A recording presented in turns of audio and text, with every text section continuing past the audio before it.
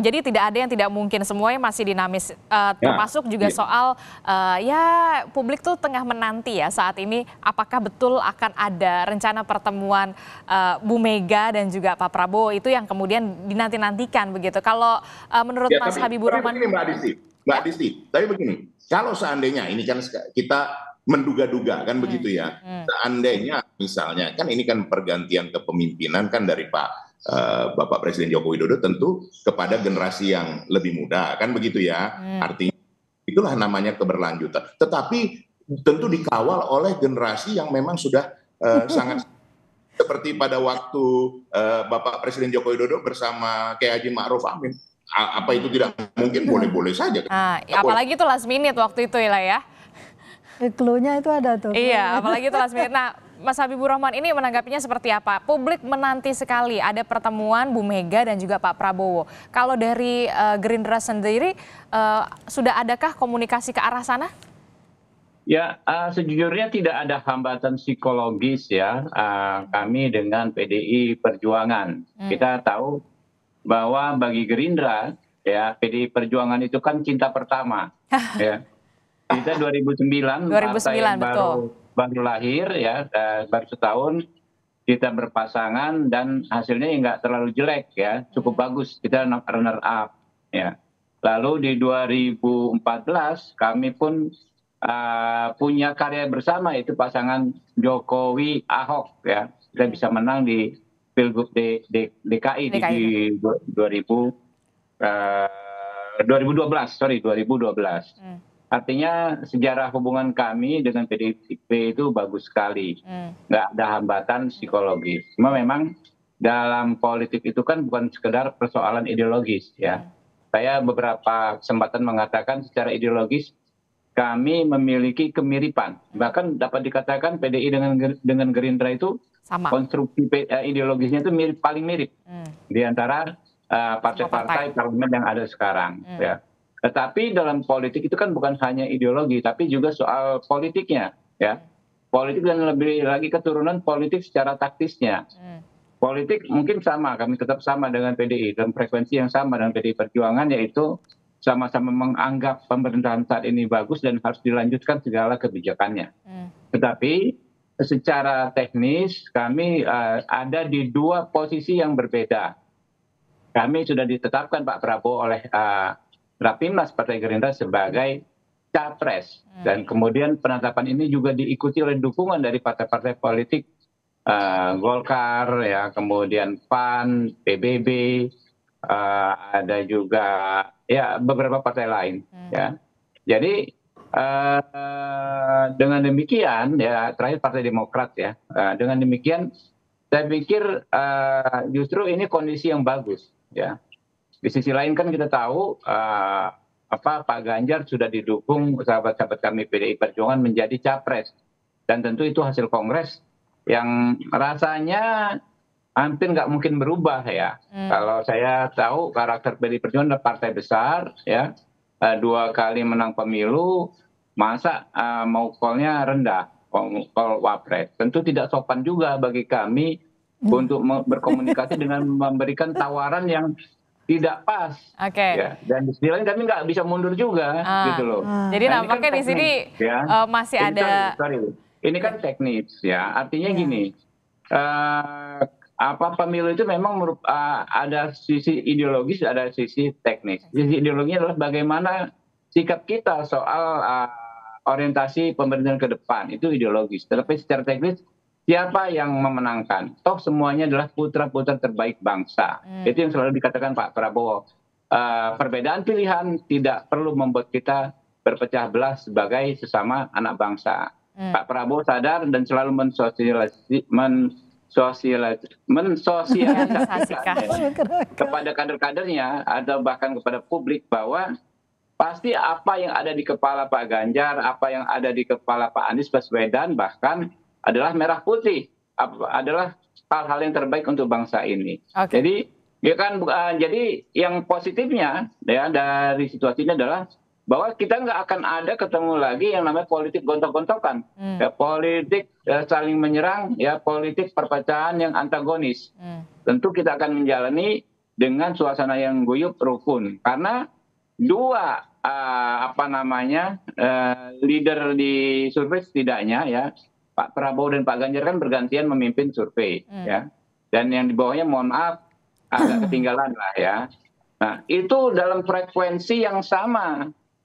Jadi Pak Prabowo yang menang, kami akan menyampaikan sama aja Pak Ganjar dan PDIP ikut menang karena idealismenya tentu akan kami perjuangkan. Begitu juga kalau Pak Ganjar yang menang, ya kami juga akan merasa menang. Kenapa? Karena secara ideologis banyak idealisme kami yang bisa kami titipkan ke Pak Ganjar. Kurang lebih begitu. Oke, tapi bukankah kemudian tadi kan Mas Habibur Rahman mengatakan dari segi survei ini dari Pak Ganjar dan juga Pak Prabowo ini bisa dikatakan ya salip-salipan. Kalau tidaknya bersatu begitu ya kemudian bukannya justru lebih solid, lebih kuat begitu Mas Habibur Rahman?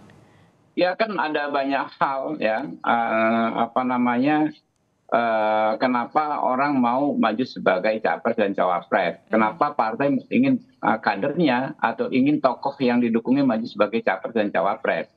Banyak, misalnya ya soal kotel efek dan lain sebagainya untuk menyelamatkan sisi legislatif beberapa partai tersebut. Nah, itu juga nggak bisa kita abaikan karena membangun dan mempertahankan partai juga salah satu tugas politik yang penting. Oke, kita ke Bu Lely. Bu Lely, kalau melihat tadi komunikasi antara Bang Eriko, kemudian ada Mas Habibur Rahman, ini sama-sama sepertinya masih kekeh begitu ya, capres dua-duanya baik itu Pak Prabowo dan juga Pak Ganjar. Tapi kalau melihat komunikasi politik yang dikatakan Mbak Puan, kemudian Mas Ganjar yang mengatakan ada kemungkinan untuk bertemu Bu Mega dan juga Pak Prabowo. Apa yang dilihat dari Prof. Lely? Sebenarnya kalau tadi Disti menyimak narasi keduanya, justru sangat cair ya, sangat cair. Justru clue-clue diberikan bahwa sejatinya mereka itu siap berkoalisi. Kalau saya tangkap gitu ya, siap bersatu di dalamnya. Cuma memang kan politik itu kan adalah seni untuk menjadikan yang tidak mungkin itu menjadi mungkin. Nah, karena itu maka dari narasi keduanya aja sebenarnya saya simak benar nih tadi. Saya bisa menangkap peluang untuk bersama itu ada. Tinggal tadi Bang Eriko memang bilang, misalnya di detik terakhir kita lihat positioning hasil surveinya seperti apa. Kalau ternyata Pak Prabowo cuma 35, Ganjar 40, berarti mana yang lebih tinggi. Atau tadi Bang Habibur bilang, kalau lihat dari positioning di DPR, kan kursi PDIP lebih banyak, sementara Gerindra lebih sedikit. Nggak dikit amat, lebih sedikit-dikit aja gitu kan. Jadi dua-duanya sebenarnya bisa dipertemukan. Jangan lupa bahwa mozaik pesan politik, potongan-potongan pesan politik yang disampaikan Pak Prabowo dan Mbak Puan pun demikian. Tadi Mas Habibur juga bilang soal cinta lamanya. Iya, 2009. Boleh jadi, ya 2009. Saya juga menjadi saksi karena saya waktu itu juga melakukan survei juga dalam kategori yang sama. Saya melihat chemistry yang terbangun. Artinya ini kan bukan soal Pak Prabowo sama Ganjar, tapi soal Pak Prabowo sama Bu Mega juga. Jadi jangan lupa di PDIP itu penentunya adalah Bu Mega. Jadi kalau nanti ketemu chemistry-nya, hasil survei menunjukkan kepaduan yang sama, kohesiveness-nya nampak, maka bisa saja itu terjadi. Kalau seandainya harus 2 putaran, mereka mempertimbangkan hal yang lebih besar. Jadi pertimbangan politik itu dibarengi juga dengan pertimbangan rasional di kalangan para politisi handal ini. Jangan lupa loh, 2 partai ini adalah partai besar. Jadi ya di samping Golkar juga. Artinya setiap keputusan by design itu ada plan A, plan B, plan C. Jadi bagaimana untuk memastikan mereka bisa masuk bersama-sama satu kali dan menang misalnya. Tadi clue-nya Bang Eriko bilang, kan seharusnya dilanjutkan dengan generasi yang lebih muda, didampingi dengan yang lebih tua. Jadi konotasinya Pak Prabowo mendampingi, semuanya udah ada clue dua-duanya tadi kalau kita simak. Jadi komunikasi politiknya sangat jelas menurut saya. Dan kita tunggu saja, tapi ini bisa memungkinkan. Lalu kemudian teman-teman juga ada bilang nih, kalau mereka bersatu nanti ada yang kecewa nih, pendukungnya Pak Prabowo kecewa, pendukungnya Ganjar juga mungkin kecewa. Tapi kan ada Pak Jokowi yang mendukung kedua-duanya gitu. Jadi jangan lupa mereka ini bisa digiring secara bersama-sama untuk bisa bertemu di satu titik, yaitu pertemuan antara Prabowo dan Pak Ganjar, Mas Ganjar. Nah intinya apapun yang terjadi itu bisa terjadi. Tapi kemudian ada orang yang berpikir lain lagi, kalau mereka kecewa mereka bentuk koalisi baru lagi nih, Golkar, PAN dan sebagainya. Mereka bisa bentuk koalisi baru tapi mungkin tanpa elektabilitas. Dan itu juga adalah pertarungan politik yang tidak gampang menurut saya. Agak sulit lah ya. Agak sulit lah itu, jadi itu juga bisa terjadi. Tapi semua opsi itu bisa ditawarkan kepada keduanya dan bisa terjadi gitu. Bang Eriko, bagaimana? Ternyata sudah dibaca nih clue-cluenya nih sama Prof. Eli. Bagaimana melihatnya ini? Apalagi tadi Mas Habibur Rahman sudah mengatakan ada cluenya 2009 sempat Bu Mega, Pak Prabowo ini kan kita tahu kemudian mereka bertemu di Pilpres 2009. Bagaimana? Bersatu. Ya, politik di art of possibilities. Tidak ada yang tidak mungkin di politik kecuali menghidupkan orang mati. Nah itu pasti Mbak Adisti, Ayu Leli, kita semua juga memahami itu. Itu selalu saya sampaikan. Nah sebenarnya apa yang dilakukan oleh PDI Perjuangan bersama porosnya Perindo, P3, Hanura, begitu juga dengan poros di tempat Bung Habibur Rahman. Sebenarnya kan ini kan proses keberlanjutan dari pemerintahan Bapak Presiden Joko Widodo secara jujur saja kita sampaikan. Dan hasil survei itu sampai saat ini, ya survei yang kredibel tentunya yang kita 82% itu tidak main-main. Saya rasa dalam sejarah dunia juga yang tertinggi itu. Dan saya yakin adinda saya Habibur Rahman juga sepakat dalam hal itu. Nah, apakah kami sudah maksimalkan? Belum. Kalau kita lihat ada yang sampai 40% kan begitu. Nah, kita lihatlah dalam 1-2 minggu ini. Misalnya ini kita menduga-duga. Saya sebenarnya kurang suka menduga-duga ya Ayu Leli, walaupun nama saya Riko Sotarduga. Misalnya kami sama Bung Habibur Rahman sudah di atas 40%, misalnya kedua-duanya kurang lebih sama. Nah, tentu kan yang lain juga berpikir. Karena begini, sekarang memenangkan itu kan sebenarnya kepentingannya apa? Untuk apa? Untuk bisa mewujudkan visi misinya, untuk bisa mewujudkan apa sih, kenapa sih berkuasa? Nah, seperti PDI Perjuangan dengan porosnya, menjadikan Bapak Presiden Joko Widodo dengan Kiai Haji Ma'ruf Amin. Coba lihat, perkembangan yang ada di dalam pembangunan itu luar biasa. Dan akhirnya mengajak kompetitor utamanya, Pak Prabowo. Nah ini bukankah sesuatu langkah yang luar biasa? Ya, jadi jangan lupa bahwa juga Bapak Presiden Joko Widodo sebagai kader utama PDI Perjuangan bersama tentu pasti akan memikirkan hal ini mana yang terbaik. Kalau saya melihat secara jeli, Ayu Leli juga sudah tahu hal ini. Ini sebenarnya kan ke arah sana. Tetapi jujur ini saya sampaikan di depan seluruh pemirsa yang ada. Kita memang tidak bisa memaksakan karena masing-masing tentu mempunyai keinginan, mempunyai katakanlah kapasitas yang memang sulit untuk dipertemukan. Itu juga harus saya sampaikan secara jujur. Tapi bukan berarti tidak mau, bukan berarti tidak bisa. Mungkin.